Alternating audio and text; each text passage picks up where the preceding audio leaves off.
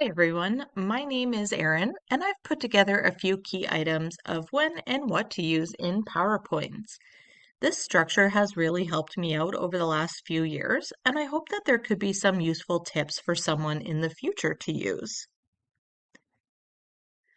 What we'll look at today is how to structure your PowerPoint, um, how to share your content, and some key tips for graphics.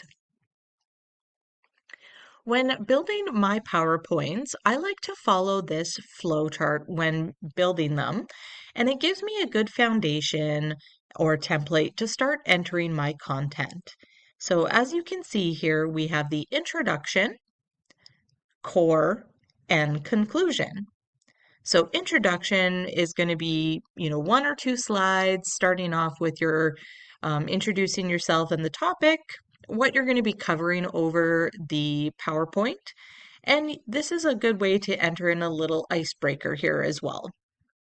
The core, this is going to be like the meaty place of your content. And most of your slides will have the material that you are going to be training. This is also a good opportunity to throw in some polls or questions and make it interactive. Your conclusion, um, one or two slides to just provide a nice quick little recap of what you covered. Open the floor for any questions or feedback, and then have a nice closing with, you could use a nice little quote or a simple thank you. So for content, it is important on how we provide our content. So some of the key reminders that we're going to try and follow is using some consistent fonts and sizes. If you're changing up your fonts on the slide or all throughout the presentation, it can be a little hard for that learner to readjust their eyes. And sometimes, depending on the font, it can be really hard to view. You'll want to make sure that you're using some colors that are really easily able to read. You don't want a color that's very light or uh, contrasts against the background, where the user has to zoom really into their face into the computer, squint their eyes, and try and focus. Templates. PowerPoint offers some templates. I have used those in the past and find them that they're very helpful.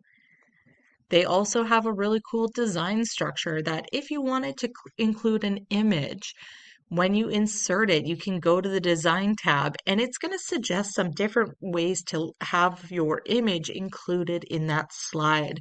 And it's a nice overview to see what is a better layout and easily to view from a learner side.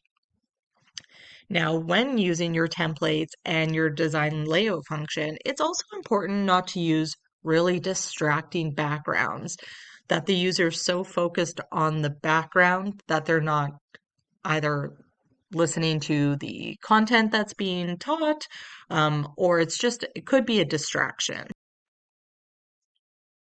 So, graphic cues. As you can see, I am now on the screen. This is also another nice way to also include a graphic. If you're pre-recording your PowerPoints, you can have your little bubble of your image or video camera. So hello, everyone. Keeping it simple. So as you can see here on this screen, we do have a nice background with a very subtle tree. The transparency on that is set to pretty low so that it's not just like out there and contrasting our lists here. Uh, Using bullet points, when you're providing information on your PowerPoint screen, it's important that we are either using just a couple words or a very brief sentence. We don't want really long paragraphs when delivering our material, including visuals. Again, we have an image on the back here. It's nice and subtle, doesn't not too much of a distraction for someone during a learning session. And then, as you can see, when we went through this PowerPoint, we had some nice subtle transitions of bringing our bullet points in. There are going to be times where you don't want to show all that content at once, and you just want to bring those items up one at a time. Now, some graphic errors to avoid here. If you're using different animations and morphs, it's important to not do all of them. You'll want to stay with consistent ones to keep it simple.